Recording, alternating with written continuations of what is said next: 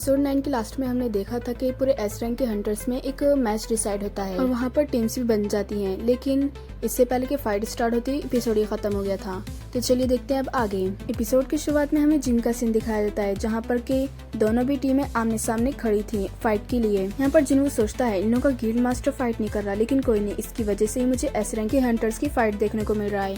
और यहाँ पर डोंगो अपनी मैजिकल पावर से अपना जिस्म बड़ा कर लेता है और कहता है तुम्हें डर तो नहीं लग रहा है ना। फिर उनके बीच में फ्रेंडली मैच स्टार्ट हो जाता है और वो लोग आपस में ही अपने अपने अपोनेंट को बांट लेते हैं। डोंगो का सामना इस पर्सन से होता है जो कि बहुत ज्यादा ताकतवर है और वो अपनी मैजिकल पावर से खुद की ताकत भी बढ़ा लेता है।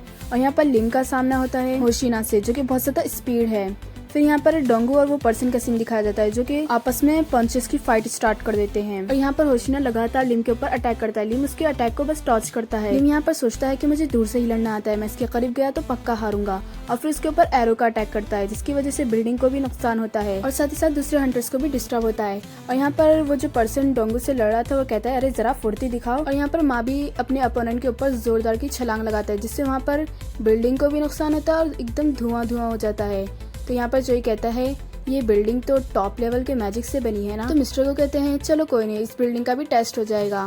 फिर यहाँ पर बैग को दिखाया जाता है जो कि कोनामोटो से फाइट कर रहा था। यहाँ पर बैग कोनामोटो के ऊपर अटैक करता है, लेकिन कोनामोटो उसके अटैक को टॉच कर लेता है। उसने मुश्किल से बैग के अटैक को टॉच किया था और फिर वो सोचने लगता है मैं ऐसी फाइट के लिए बना ही नहीं हूँ, क्या मैं बैग से जीत भी पाऊंगा।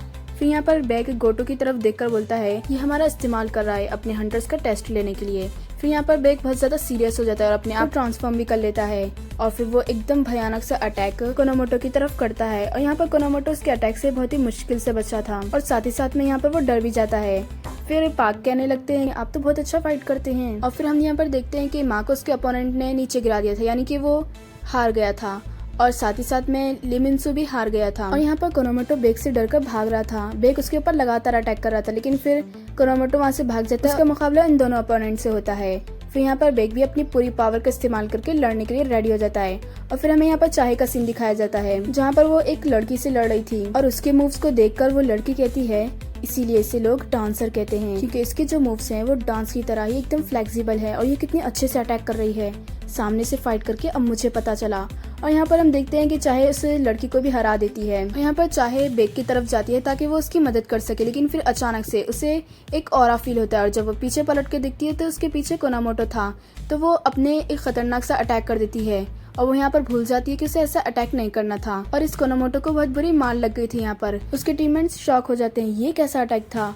और यहाँ पर हानेकावा बोलती है शायद कि हमें इसे रोकना चाहिए। गोटो मना कर देता है और कहता है अगर हद से ज्यादा हो गया तो हम रोक देंगे। और यहाँ पर हम देखते हैं कि कोनामोटो बहुत ज्यादा गुस्से में हो जाता है और वो चाहे के ऊपर लगातार जोरदार का अटैक करते जाता है।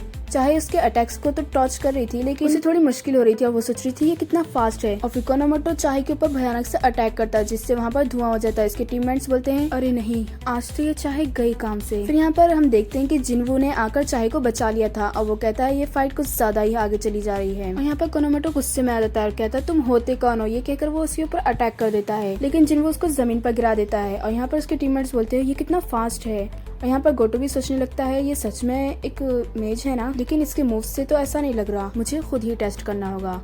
और फिर यहाँ पर हम देखते हैं कि जिनवू चाहे से कहता है हमें इस लड़ाई को रोक देना चाहिए क्योंकि बेग भी हार गया है। और यहाँ पर सच में बेग हार जाता है और वो कहता है अगर मैं अपनी पूरी ताकत का भी इस्तेमाल करता तो अभी रिजल्ट को नहीं बदल सकता था।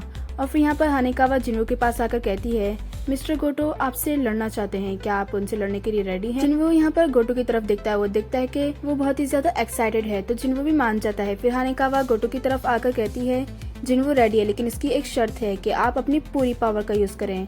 गोटो भी यहाँ पर बहुत ज्यादा खुश हो जाता है और एक्साइटेड हो जाता है। फिर हमें जूही का सीन दिखाया जाता है जहाँ पर वो न्यूज देख रही थी जेजो आइलैंड पे होने वाले 4th रेड मिशन के बारे में। और फिर वो बाहर आकर किसी को कॉल करती है और इस मिशन के बारे में पूछने लगती है।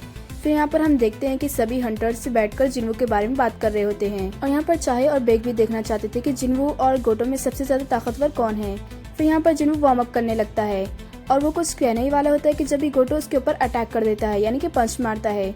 जिनवू उसके अटैक को टॉच करके बोलता है अरे जरा मेरी बात तो मुकम्मल होने देते। यहाँ पर गोटो सोचने लगता है इसे लोग मेज कहते हैं, लेकिन ये बिल्कुल भी ऐसा नहीं दिख रहा, कितने बेवकूफ लोग हैं।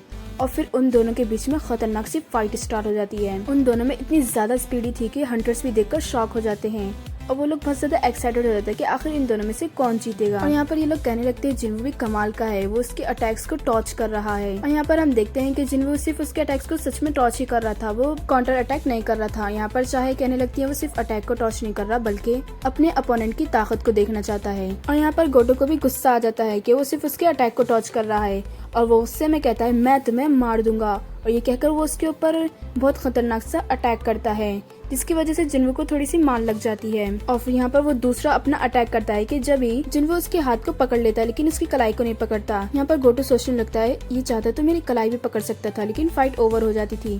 तो यहाँ पर जिन्वो कहता है मैं तुम्हारी कलाई को नहीं पकड़ना चाहता क्योंकि फाइट ओवर हो गई तो हमें पता कैसे चलेगा कि दोनों में से ताकतवर कौन है, और हम में से कोई नहीं चाहता कि फाइट खत्म हो जाए। और फिर यहाँ पर हम देखते हैं कि वो दोनों ही एक दूसरे के आमने सामने होते हैं और अपनी सारी की सारी पावर का इस्तेमाल करने के लिए रेडी होते हैं। ये देखकर बैक चाहे और दूसरे हंटर्स से शॉक हो जाते हैं, वो कहते हैं शायद कि हमें अब रोकना चाहिए।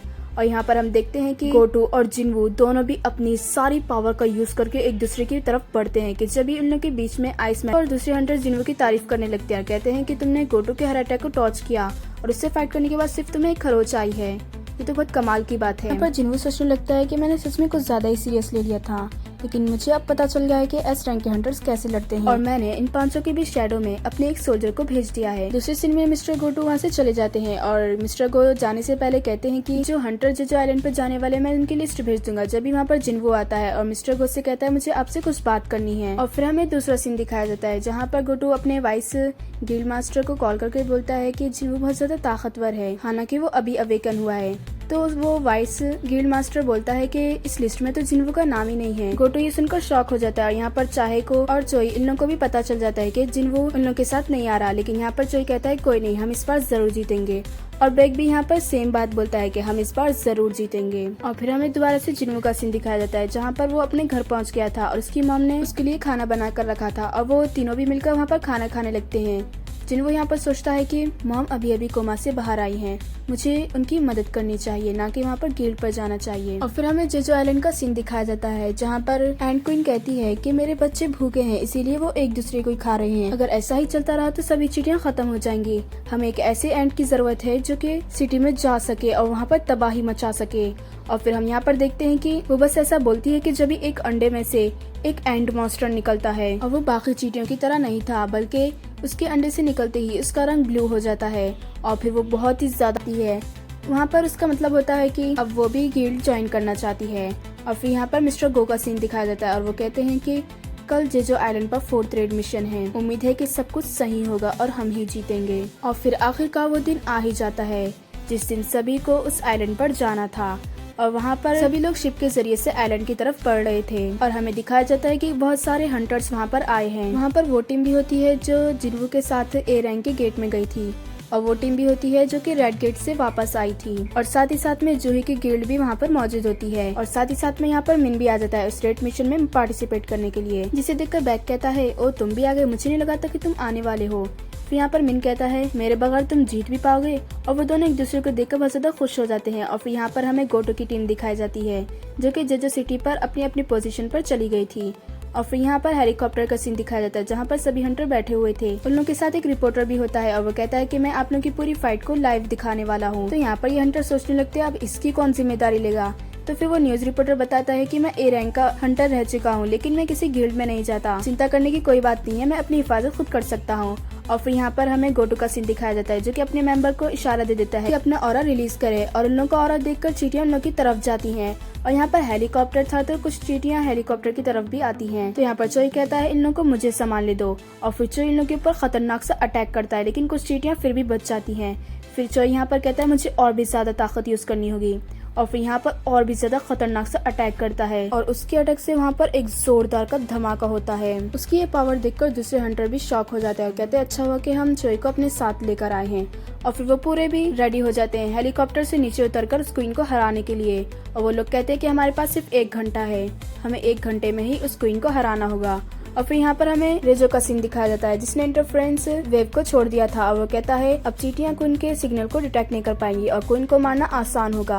और फिर हमें जापान के हंटर्स को दिखाया जाता है जो कि आसानी के साथ उन तमाम चींटियों को मार रहे थे। और यहाँ पर वो आइस मैजिक वाला पर्सन चोई के अटैक को देखकर कहता है अगर चोई में और मुझ में फाइट हुई तो हम दोनों में से कौन जीतेगा। और फिर यहाँ पर चोई का सीन दिखाया जाता है जहाँ पर वो लोग नेस्ट को पूरी तरीके से बंद कर दिया था और उनके सामने बहुत ज्यादा टनल्स थी। यहाँ पर बैग कहता है आखिर कौन सी टनल में क्वीन होगी। तो यहाँ पर चोई अपना मैजिक का यूज करके पूरी भी टनल्स में अटैक कर देता है, जिसे देखकर बैग गुस्सा तो होता है, लेकिन फिर उन लोगों को पता चल जाता है कि किस टनल में उन लोगों को जाना चाहिए।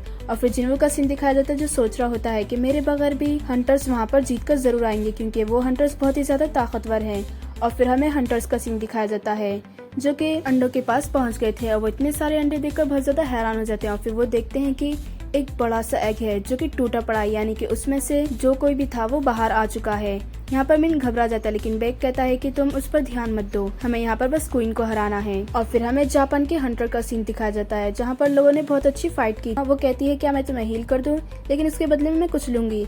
तभी वो लोग देखते हैं कि वहाँ पर बहुत ज्यादा एंड्स आ गई हैं और वो लोग पीछे पलट कर शिमुजो को बोलते ही हैं कि मुझे हील कर दो, कि जब भी अचानक से वो देखते हैं कि शिमुजो का सर ही किसी ने काट दिया है और उन लोगों को एक भयानक सा ऑरा फील होता है और वो एंड मास्टर वहीं पर उन लोगों के पास खड़ा हुआ था। और वो दोनों हंटर ये देखकर बहुत ही ज्यादा हैरान हो जाते हैं इससे पहले कि वो कुछ करते हैं कि जब एपिसोड खत्म हो जाता है। अगर आपको ये एपिसोड पसंद आया हो तो लाइक कीजिए और सब्सक्राइब करना मत भूलिए। इसके आगे का इंटरेस्टिंग एपिसोड कल अपलोड होगा। तो मिलते हैं अगली वीडियो में, जब तक के लिए बाय बाय।